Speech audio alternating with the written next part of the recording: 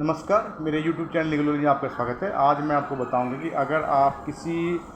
Criminal case के अंदर witness हैं या कंप्लेनेंट है और कोर्ट आपको सम्मन के थ्रू गवाही देने के लिए बुलाती है और आप उस सम्मन को ले लेते हैं तो वो आपकी सर्विस मानी जाएगी और कोर्ट उम्मीद करता है कि आप अमुक डेट के ऊपर अमुक तारीख के ऊपर आएंगे और अपनी बात कोर्ट के सामने रखेंगे, अपनी गवाही कोर्ट के सामने रखेंगे।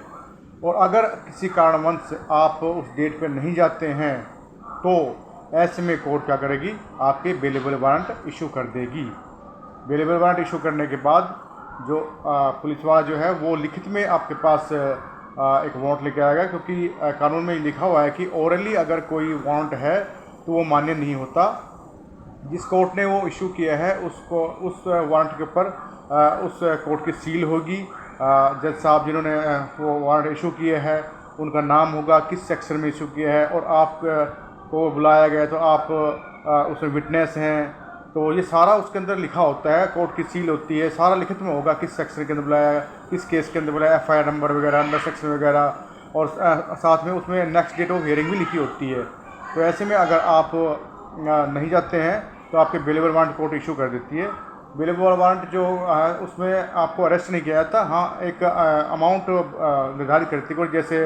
2000 के बेलेबल वारंट है, 5000 के बेलेबल वारंट है। तो ऐसे में जो होता है वो पुलिस वाला आपको बता देगा भाई ऐसे से आपने सम्मन लिया था और सम्मन लेने के बाद भी आप कोर्ट में नहीं गए और आपके ये बेलेबल वारंट है, ये आपको सूचित किया जाता है। और उस डेट पे जब आप जाते हो तो वो जो अमाउंट था वो एज ए फ़ाइन आपसे ले लिया जाता है, और चाहे तो कोर्ट उसको माफ़ भी कर सकती है, लेकिन एज ए फ़ाइन वो अमाउंट आपसे ले लिया जाता है और आपकी गवाही को आगे सुन लिया जाता है, यानी आपकी गवाही को रिकॉर्ड कर लिया जाता है। अब मैं आपको ये बताना चाहूँगा कि मेन जो है, अगर आप कोई सम्मन ले लेते हैं और फिर उसके बाद आपका कोई हेल्थ ख़राब हो जाता है या कोई ऐसी मिस हैपनिंग आपके घर में हो जाती है, आप उस डेट पे नहीं जा पाते, तो ऐसे में आप क्या करें? ऐसे में आप क्या करें कि आपके बेलेबल वारंट कोर्ट इशू ना करे और आपकी बात को कंसिडर करें। ऐसे में क्या करना है, आपने किसी वकील को या अपने किसी रिश्तेदार को एक एप्लीकेशन होती है, वो एप्लीकेशन लिखित में हो, जैसे अगर आप बीमार हैं तो और बीमार होने के बाद आप डॉक्टर के पास जाएं, उसका मेडिकल जो सर्टिफिकेट होता है वो मेडिकल सर्टिफिकेट की कॉपी साथ में लगाएं, और साथ में एप्लीकेशन होती है उसमें बताएं कि मैंने सम्मन तो ले लिया था लेकिन मैं बीमार हूं, इस कारणवश मैं कोर्ट में स्टेटमेंट देने के लिए नहीं आ सका, कृपया मुझे एक डेट दे दी जाए। तो ऐसे में जो है कोर्ट जो है वो उसके मेडिकल के डॉक्यूमेंट्स वगैरह कंसिडर करती है और फिर उसके बाद बेलेबल वारंट नहीं करेगी और वो जो है सम्मन पे ही रहेगा। और कई बार तो होता है कोर्ट ऐसे में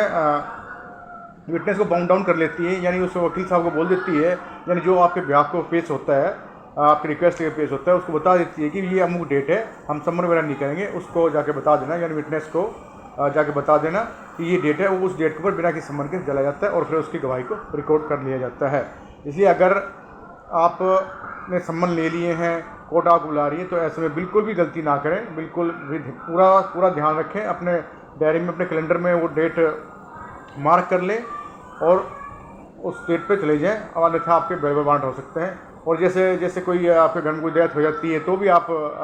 किसी को एक एप्लीकेशन, जिसको बोलते हैं एग्जेम्पशन बोलते हैं, यानी आज हाजिरी माफ़ी की जो एप्लीकेशन बोलते हैं, साधारण भाषा में बोलते हैं हाजिरी माफ़ी की एप्लीकेशन, वो एप्लीकेशन दे के आप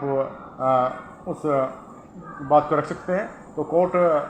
ऐसे में आपकी जो है हाजिरी माफ़ी की एप्लीकेशन को अलाउ कर देती है और नेक्स्ट डेट आपको बता देती है, वही नेक्स्ट डेट पर आके अपनी आप बात रखें और अपनी गवाही रखें। अगर आपको मेरी वीडियो सही लगी तो लाइक, सब्सक्राइब, शेयर अवश्य कीजिए। नमस्कार।